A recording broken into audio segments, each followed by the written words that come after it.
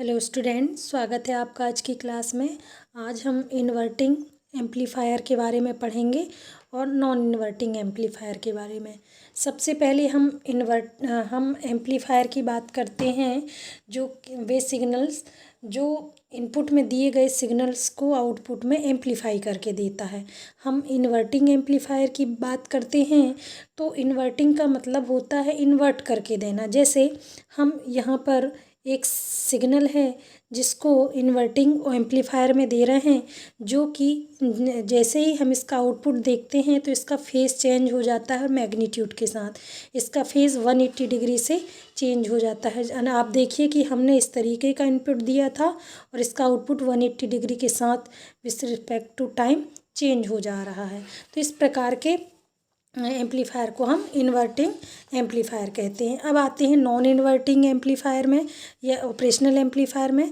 तो non inverting operational amplifier में हम जो इनपुट देते हैं विथ रिस्पेक्ट टू टाइम एक नॉन इन्वर्टिंग एम्पलीफायर में, तो इसका मैग्नीट्यूड और फेस सेम रहता है, पर इसकी जो सिग्नल्स हैं वो एम्पलीफाई होकर हमको मिलते हैं। तो इस प्रकार के जो हमको सिग्नल मिलते हैं हम इसको नॉन इन्वर्टिंग सिग्नल्स कहते हैं, है ना। अब इसकी हम गेन आउटपुट की बात करें तो जब इन्वर्टिंग एम्पलीफायर में हम आउटपुट देखते हैं तो ये माइनस गेन इंटू वी इन, मतलब हम जो एम्पलीफायर के इनपुट में देते हैं और गेन का जब हम गुणा करते हैं, मान लिया हमको 2 हमारी गेन है और वी इन में हमने 2 दिया है, तो हमको 180 डिग्री फेज शिफ्ट के साथ 4 वोल्ट हमको इसका आउटपुट मिल रहा है। इसके बाद हम नॉन इन्वर्टिंग ऑपरेशनल एम्पलीफायर की बात करें तो इसका गेन और इसका इनपुट मान लिया हमने 2 है, तो इसको हमको आउटपुट में 4 वोल्ट मिलेगा, लेकिन इसका मैग्नीट्यूड सेम रहेगा।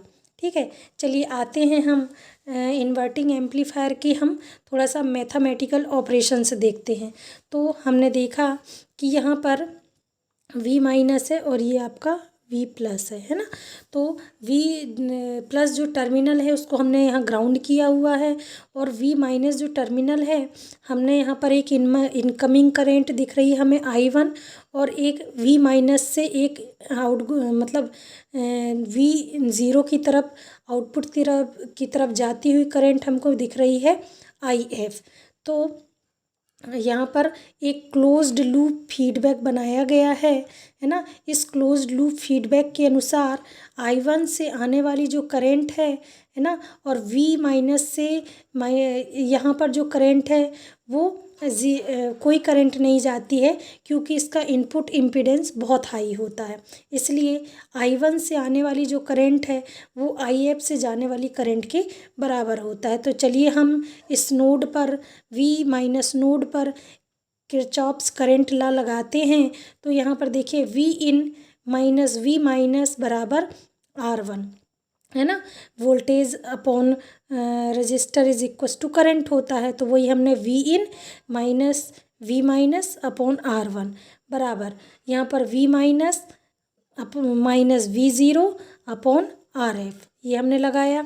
चूँकि V1 हमारा 0 है यहाँ पर, क्योंकि ये ग्राउंडेड है इसलिए हमने यहाँ पर 0 लगाएंगे। तो वर्चुअल ग्राउंड जो कंसेप्ट होता है उसके अनुसार अगर V प्लस आपका 0 है तो V माइनस भी 0 होगा। तो यहाँ पर V माइनस बराबर V प्लस हमने 0 ले लिया। अब V माइनस बराबर V प्लस बराबर 0 है, तो हम यहाँ पर इस पर V माइनस की वैल्यू 0 रख देंगे, तो हमको V इन अपॉन R1 आ जाएगा बराबर V minus of V0 upon RF, क्योंकि यहाँ V माइनस 0 हो जाएगा, है ना। तो हमको चूँकि आउटपुट ऑपरेशनल एम्पलीफायर का हमको आउटपुट चाहिए, तो आउटपुट क्या होगा V0 बराबर क्या हो जाएगा, ये इधर आ जाएगा तो RF अपॉन R1, और ये माइनस इधर जाएगा इंटू V इन। तो कुल मिलाकर देखा जाए तो आउटपुट बराबर गेन इंटू V इन। तो V इन आपका ये है, ये आउटपुट है, और ये मिलने वाला गेन है। तो इन्वर्टिंग एम्पलीफायर में हम यहाँ पर देख रहे हैं कि अगर हम RF और R1 रजिस्टर्स को हम की वैल्यू को अगर हम चेंज कर दें तो हमारे आउटपुट जो होता है चेंज हो जाएगा। इस तरीके से हम इन्वर्टिंग एम्पलीफायर का मैथमेटिकल सॉल्यूशन देख रहे हैं। अच्छा, एक चीज़ और इसमें देखने लायक ये है कि जब हम इन्वर्टिंग एम्पलीफायर को देखते हैं तो हम देखते हैं कि इनपुट आउटपुट जो है इनपुट के अपेक्षा में 180 डिग्री फेज शिफ्ट के साथ हमको मिलता है। और इसका जो गेन है -RF अपॉन R1 वो क्या होता है, वेरी होता है। इनपुट जो होता है वेरी होता है RF अपॉन R1 टाइम्स, है ना। और आउटपुट में हमको जो मिलती है इसमें वो V0 बराबर -RF upon R1 into V1। Thank you.